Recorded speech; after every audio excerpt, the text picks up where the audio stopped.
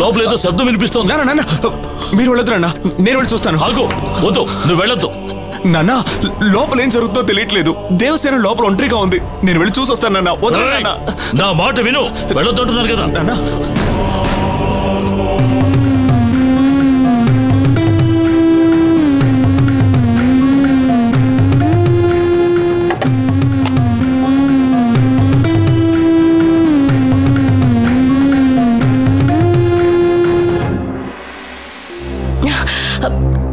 అయ్యా భయపడకండి అయ్యా, నేను కొలిచే నాగమ్మ మనల్ని కాపాడుతుంది.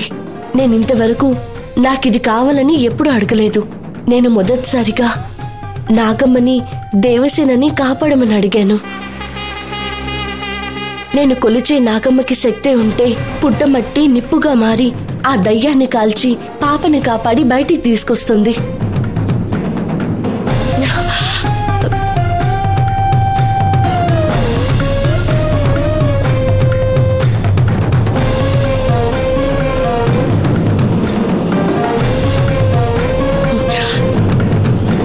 నాగమ్మ, నేను వాళ్ళకి మాట ఇచ్చాను. ఆ మాటని కాపాడి దయ్యాన్ని కాల్చి పాపని కాపాడమ్మా.